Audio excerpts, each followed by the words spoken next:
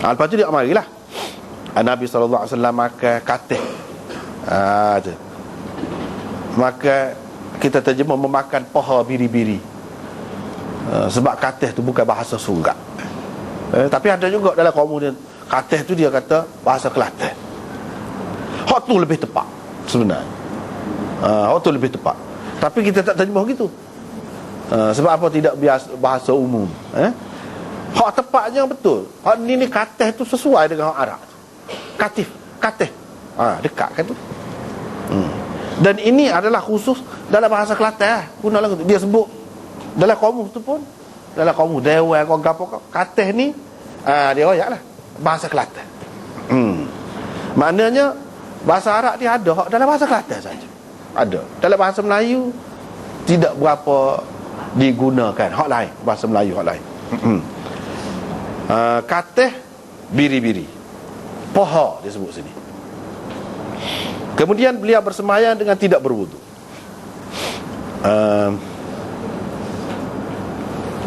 Begitu juga selepas pada tu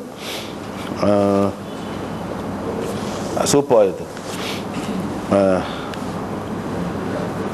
Di dalam hadis tajuk ni, orang yang tidak berwuduk kerana makan daging biri-biri dan sawit. Sedangkan ini benda dalam Bukhari ni kena perhati. Sedangkan hadis hak dia buat pagi tak ada sebut sawit. Tak ada hadis yang menceritakan tentang sawit. Nabi makan katih biri-biri dalam hadis yang pertama. Dalam hadis yang kedua, sahabat ni tengok Nabi SAW menghiris memotong sebahagian daripada paha biri-biri. Begitu juga tak ada sebut sawit. Tapi Imam Bukhari dalam tajuk dia sebut orang yang tidak berwuduk kerana makan daging biri-biri dan sawit. Dia ambil mana? Hak sawit ni ada dalam bab selepas, iaitu bab ke-51. Orang yang berkumur kerana makan sawit dan dia tidak berwuduk. Itu bab berikutnya. Tapi dalam bab 50 ni tak ada sawit. Tu semua jadi perhatian tu. Jadi perhatian. Kita kena tahu Bukhari ni sangat banyak syarah dia, 100 lebih syarah dia. Besar kecil. Kalau besar tu sampai 15-20 jilid. Selesai syarah. Pasal apa yang jadi banyak? Dia ambil kira belakang. Lepas tu apa yang ambil kira? Orang perhatilah tu, orang tahulah tu. Dia bukan saya saja.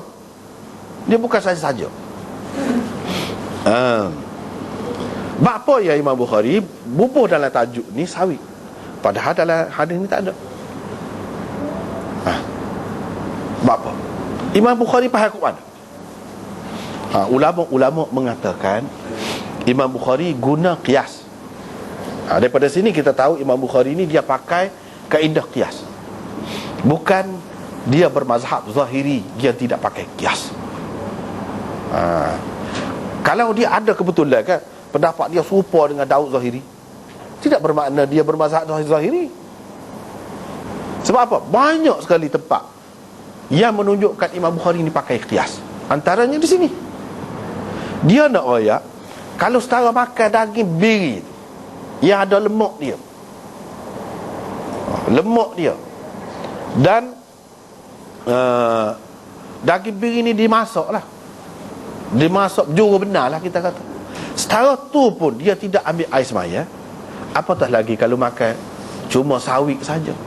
Lebih-lebih lagi lah tidak perlu ambil air semaya. Kalau setara makan biri, makan kambing gini pun dia tak ambil air semaya. Kalau bos sawit tu lagilah. Dia nak ayatnya makanan kita ni ada banyak macam. Ada yang berlemak, hak tu kalau nak kira lebih patutlah ambil air semaya, komo kau gapo.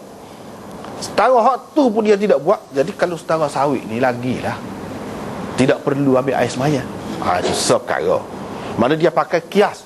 Kias apa dia orang panggil kias aulawi. Itu dia. Dan ini orang panggil berdasarkan dalalatun nas. Itu mengikut kaedahnya orang panggil dia pakai kaedah dalalatun nas. Setara daging biri dia tidak ambil air semaya, sawit lebih-lebih lagi lah. Itu yang pertama. Yang kedua, dia nak royak di sini perbezaan pendapat di kalangan ulama. Ada yang mengatakan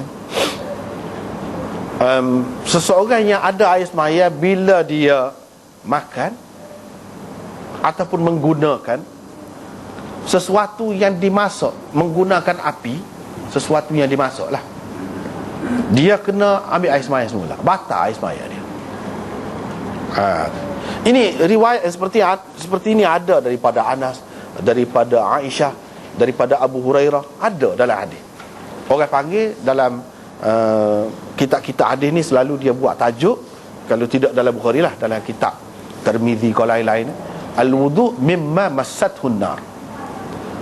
Ambil air semaya kerana memakan sesuatu yang kena api ataupun dimasak. Di kalangan sahabat ramai juga yang pakai lagu tu, iaitu kalau makan benda-benda yang kena api, misalnya daging ni orang tak makan mentah gitu, orang panggang kau, misalnya kita kata rebuh kau gapo kau, bila makan dia akan ambil air semaya sebelum dia semaya. Sebab apa? Dia kira batal dah air semaya dia hak dulu. Imam Bukhari nak tolak hak tu lah. Tu maksud dia. Jumhur ulama, jumhur sahabat mengatakan tak. Kalau ia ada pun kena ambil air semaya, ada hadis, itu hak dulu, cerita dulu, kemudiannya tak. Maknanya itu sudah mansukh. Sudah mansukh. Hukum kena ambil air semaya ataupun batal air semaya kerana makan benda yang dimasak ni sudah mansukh. Hukum kemudian tak, iaitu tak perlu ambil air semaya, tak batal air semaya kerana makan benda seumpama itu. Itu hak kemudian. Jumhur ulama di kalangan sahabat dan juga hak kemudian berpendapat lagu tu. Imam Bukhari pun termasuk dalam golongan tu juga, jumhur tu. Bila dia nak ayat, Imam Bukhari ni dia nak kata tidak lagu tu, dia akan mari hadis lah. Moga dia orang hadis, tokoh hadis. Sebab kita kena tengok perbuatan Nabi sallallahu alaihi wasallam lagu mana. Kita buat lagu tu. Lepas tu kalau ada khilaf lagi di kalangan sahabat, ada khilaf, ada hadis banyak, dia Imam Bukhari nak ajar kita kena tengok Abu Bakar buat lagu mana, Umar buat lagu mana, Uthman buat lagu mana. Ni orang besar, orang penting. Kalau demon ni pun makan, dia tak ambil air semaya, dia kata tidak batal air semaya dia, itulah sepatutnya pegangan kita. Hak lain tu kalau sahabat lebih pun, hak ni lebih lagi. Dia nak ayatnya hak ni lebih lagi. Itu kaedah bagi kita ahli sunnah wal jamaah. Selain daripada kita tengok hadis, kalau nampak hadis tu bercanggah, lagu mana cara kita nak menyelesaikannya. Kita kena tengok sahabat. Kalau sahabat bagi dua, kita kena tengok di kalangan sahabat tu Khulafaur Rasyidin lagu mana. Kalau Khulafaur Rasyidin buat lagu, hak tu lebih utama. Itu kaedahnya. Itulah yang Imam Bukhari ajar ni. Dia kata Abu Bakar, Umar, Uthman radhiyallahu anhum makan daging kambing tadi, daging biri tadi, mereka tidak berwudu. Bermakna kalaulah perlu berwudu, tentu demon ni lebih kuat lagi mengikut sunnah Nabi sallallahu alaihi wasallam. Demon ni lebih nak jaga lagi, tapi mereka tidak buat gitu. Menunjukkan mereka faham hak hadis-hadis hak ada suruh ambil air semaya ni, cerita dulu sudah mansukh lah tu. Kalau tidak dia mesti ikut. Abu Bakar, Umar, Uthman ini makna orang yang sangat nak mengikut sunnah Nabi. Sekecil-kecil sunnah Nabi dia tak akan tinggal.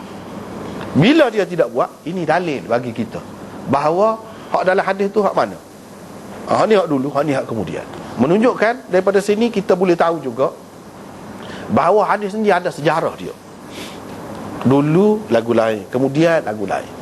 Kita tak boleh kata apa mansukh pula. Jadi mula tu tak tahu ke? Kalau royak gini selalu kan senang. Mula tu tak tahu ke? Baru tahu. Sekali-sekali nampak macam jahil lah kalau lagu tu. Tak pandai lah. Kita tak boleh kata gitu. Tak boleh kata gitu. Nabi-nabi ni, dia buat mari hukum, dia sesuai dengan keadaan orang. Sesuai dengan keadaan orang.